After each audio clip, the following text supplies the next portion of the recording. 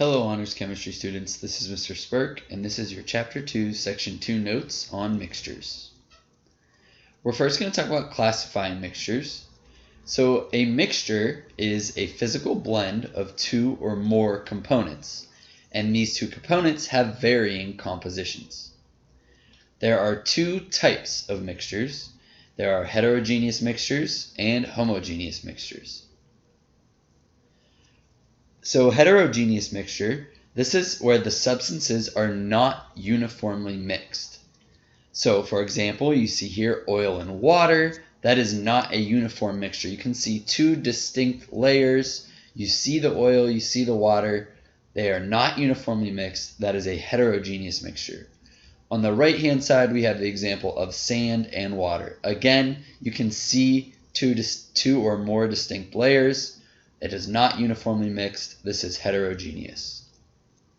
A homogeneous mixture is when the substances are uniformly mixed. So again, I think uniform means like all the same. I always think about if we were to be a school that wore uniforms, we would all be dressed the same. All solutions are homogeneous mixtures. So for example, salt water or NaCl, which we denote by AQ, and that AQ just means aqueous, and all that means is that NaCl, or the sodium chloride, is dissolved in water. This will become a very important symbol for us as we move forward.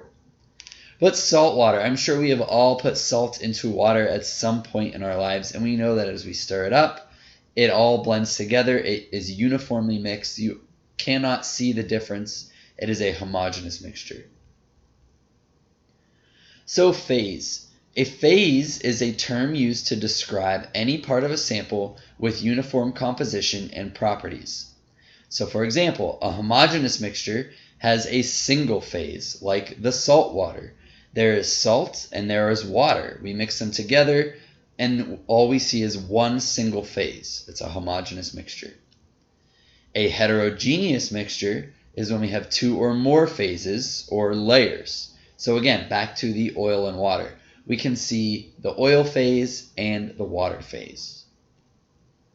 So we can separate mixtures, and this can be done based on their physical properties by the following. We can look at their boiling points and separate them, their freezing points. We can use magnetism.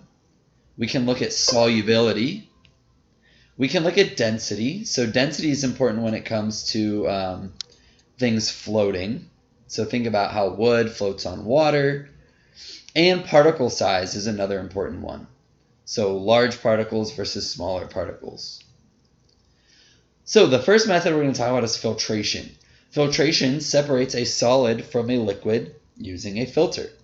So you see this setup over here on the left. This is something similar that you will see throughout this course. We'll look at different labs where this is important.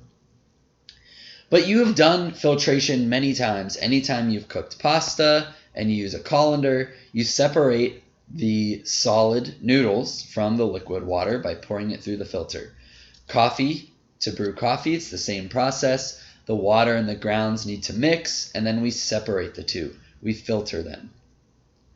Distillation is another method, and that separates mixtures of liquids by their boiling point.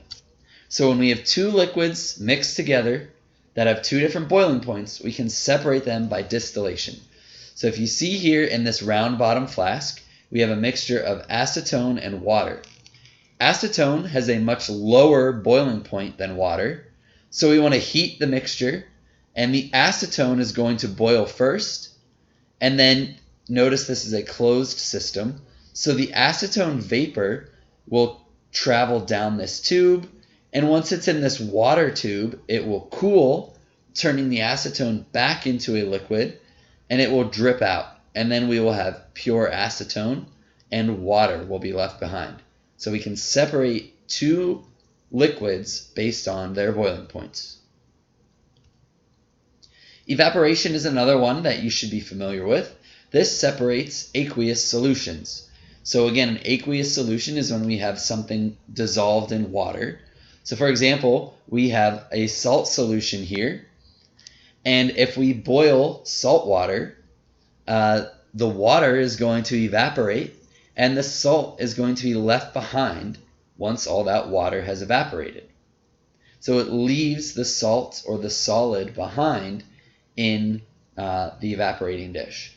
You may have noticed this if you live somewhere that has what we call hard water. If you ever boil a pot of water and you're left with a white residue around your pot, that is the calcium and salt deposits in your water, which is safe. Chromatography is another method of separation. This separates inks based on particle size. So this is something that is used a lot in crime scene investigations. If there's ever inks left behind, maybe some sort of ransom note, they can test the different inks. So if you look over here, we have the column. We call this a column. It's just a piece of filter paper with the two inks on it. So let's say we're trying to compare these two green ink pens.